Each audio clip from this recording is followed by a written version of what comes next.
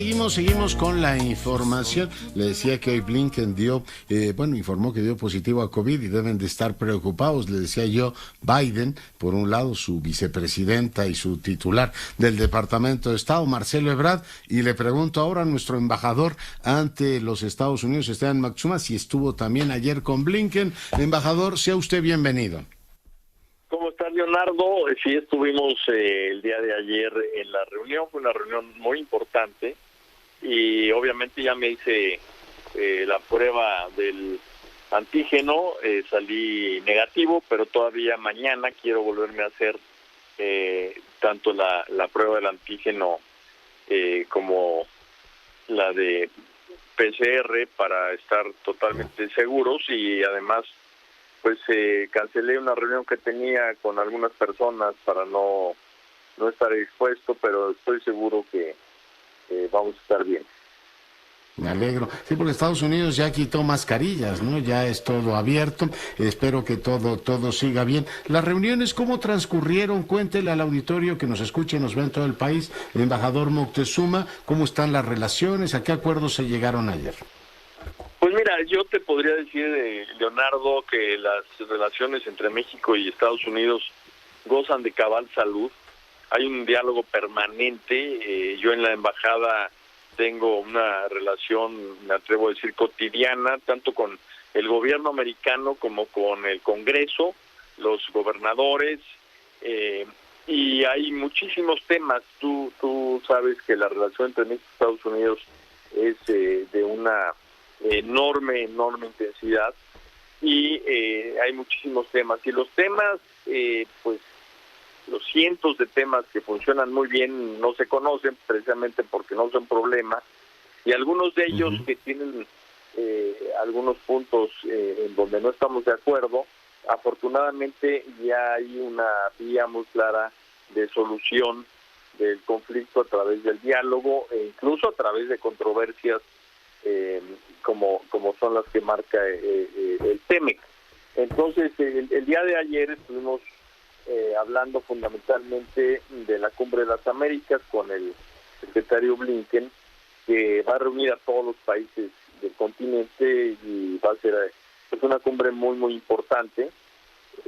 Nosotros en México queremos, y ha sido expresado el presidente López Obrador, crear lo que llamamos una región norteamericana, una Norteamérica entre Canadá, México y Estados Unidos muy fuerte, con una orientación humanista de su desarrollo y unida, pero que no nos quedemos en una burbuja entre los tres países, sino que incorporemos al desarrollo también a Centroamérica. Y por eso es que el canciller Ebrard propuso una reunión para analizar las diferentes experiencias de desarrollo que tiene México y Estados Unidos con respecto a Centroamérica después de la cumbre. Entonces, hay un diálogo muy interesante para poder trabajar con nuestros hermanos de Centroamérica, y curiosamente hoy también tuvimos una reunión con todos los embajadores de Centroamérica aquí en Salazar, y dos personas muy importantes del Departamento de Estado y de la Casa Blanca. Ya. Oiga, esta idea de la iniciativa para Centroamérica que se ha venido acariciando tiene efectivamente un capítulo, ¿no? Supongo que lo detonará también el presidente en su visita a Centroamérica para incrementar movilidad laboral y una intervención rápida, ¿no? Porque finalmente, pues mucha gente se está moviendo de sus países. El efecto de la ola migratoria se está notando, embajador. Pues la migración está teniendo un comportamiento nuevo. En México jamás había recibido rusos, ucranianos, bueno, se puede explicar esto por la guerra, pero tampoco una ola tan grande de personas que vienen de Europa del Este, de África, de Asia. Entonces, pues estamos analizando con Estados Unidos esos flujos y viendo de qué manera podemos crear una migración que sea ordenada, que sea segura, que sea legal, aplicando cada quien sus leyes, pero al mismo tiempo pensando en que la crisis migratoria es algo que obliga a medidas emergentes, pero la verdadera solución está en el desarrollo de las personas. Entonces, quizás me atreva a decir que es la primera vez que tanto Estados Unidos como México voltean a ver que el desarrollo es lo más importante en la política migratoria, y es por ello que el presidente ha dicho que hay que tener una migración en donde la gente que quiera migrar lo haga porque lo desea y no por necesidad. México, además, Leonardo, es un dato bien interesante, jamás había sido un país de refugio, un país que busca el resto del mundo asilarse en México, y ahora el año pasado tuvimos 135,000 solicitudes de asilo. Eso habla también de otro cambio muy importante, en donde el resto del mundo quiere vivir en México porque pues les brinda mucho más y más seguridad de lo que ellos tienen en sus propios países. Claro.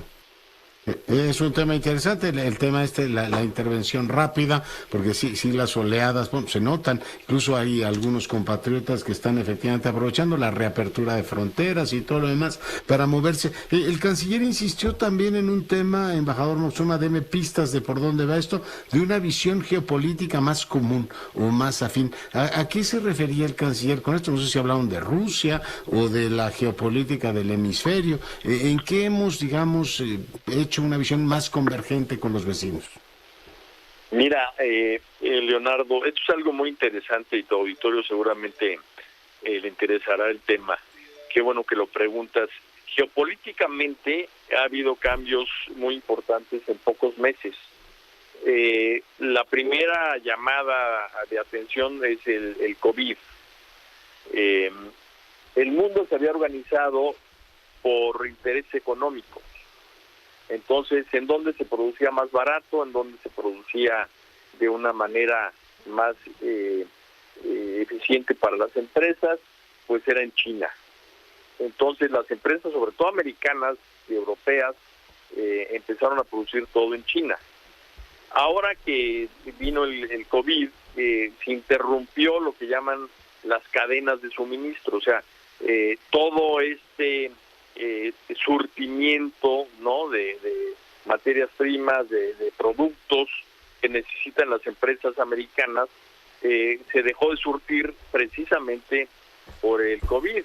Entonces, a ellos, al ver que se habían roto las cadenas de suministro, se dieron cuenta que tenían que traer la producción a América, y en donde mejor que en México, en donde mejor que en Canadá.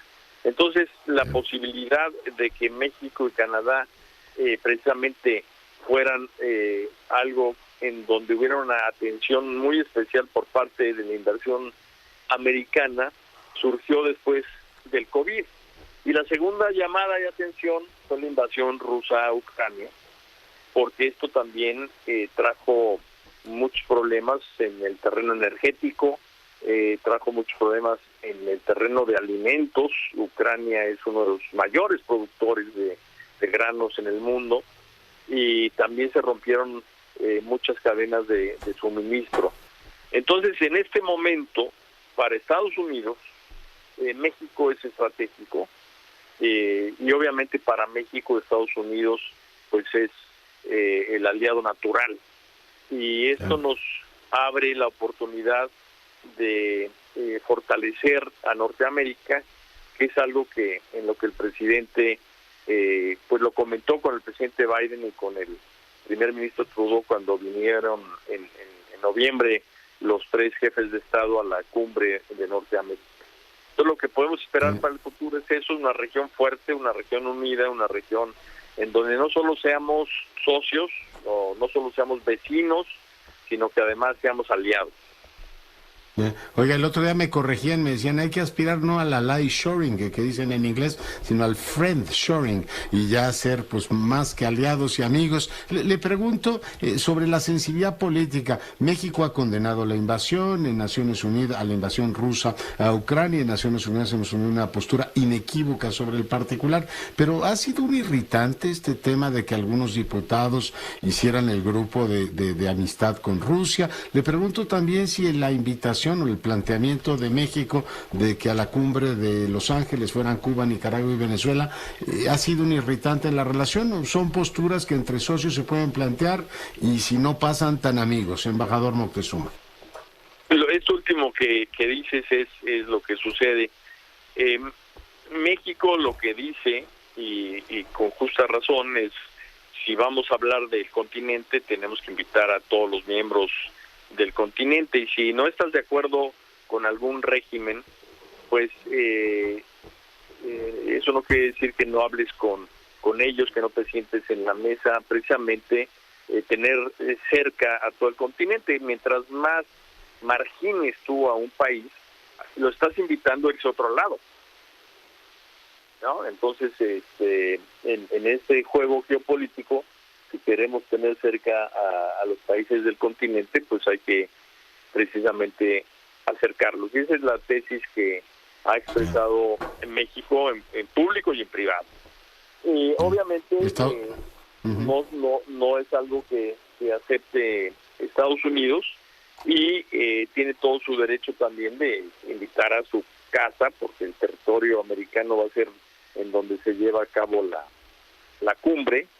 Tiene todo el derecho de invitar a quien quiera, pero tenemos la confianza, tenemos la apertura, tenemos la cercanía para hablarnos de una manera de frente. Y cuando negociamos, tú recordarás el acuerdo bicentenario, el entendimiento bicentenario en materia de seguridad, pues por primera vez México le dijo a Estados Unidos,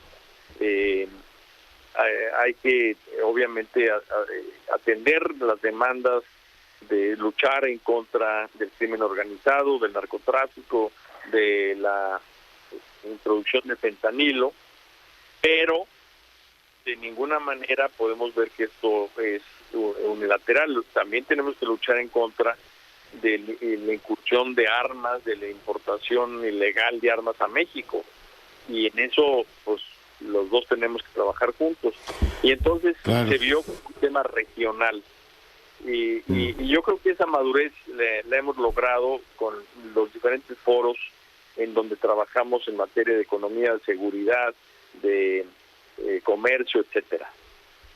Ya. Oiga, el tema Abbott ya es un asunto superado. Entiendo que ahí como que lo bypasearon por otra vía y la carga se va a mover por otro punto fronterizo, ¿o sigue siendo un elemento irritante, embajador? Bueno, obviamente ha tomado decisiones el gobernador que afectan a México, afectan a Estados Unidos, y me atrevo a decir que afectan más a Estados Unidos que a México, que no compartimos. Por otra parte, mezclar, digamos, el tema del comercio con el tema migratorio, el tema de fronterizo con el tema de seguridad, no es algo que te permita canónico, ¿no? Caminar, sobre todo caminar, porque lo que hemos logrado, y eso en este último año, la relación entre México y Estados Unidos se ha dado en términos muy hábiles, es que logramos alrededor de 8 diferentes foros, y cada uno ve su parte. Entonces, cuando tienes un problema en uno de ellos, si tienes un problema, por ejemplo, en materia de comercio, como lo tuvimos con las reglas de origen automotriz, no te contamina el otro foro que habla de seguridad, o no te contamina el de la producción, importación de frutas, verduras, aguacates, etcétera. No te contamina el tema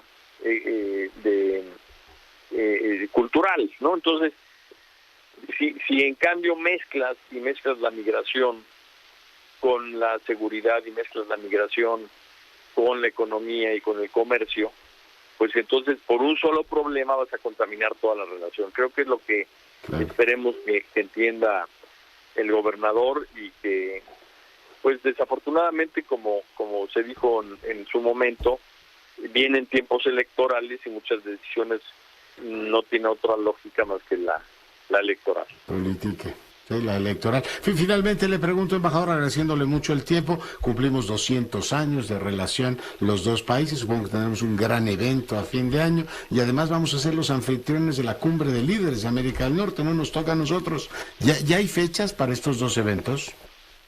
No hay fechas todavía, sabemos que es a fin de año y son dos, en realidad son dos reuniones, la Cumbre de Líderes de Norteamérica y el High Level Economic Dialogue, que es el diálogo económico de alto nivel que ahora también le corresponde a México y ya estamos trabajando en la sustancia de ambos diálogos y se están viendo agendas, pero seguramente será en el último cuatrimestre. Muy bien. Embajador Moctezuma, muy agradecido con usted. Con muchísimo gusto, Leonardo, te mando un fuerte abrazo y espero todo esté muy bien para ti, para tu familia, para todo el auditorio. Les mando un abrazo. Igualmente, embajador, dos para allá. El embajador Moctezuma, nuestro embajador en Estados Unidos, hoy conversando con usted.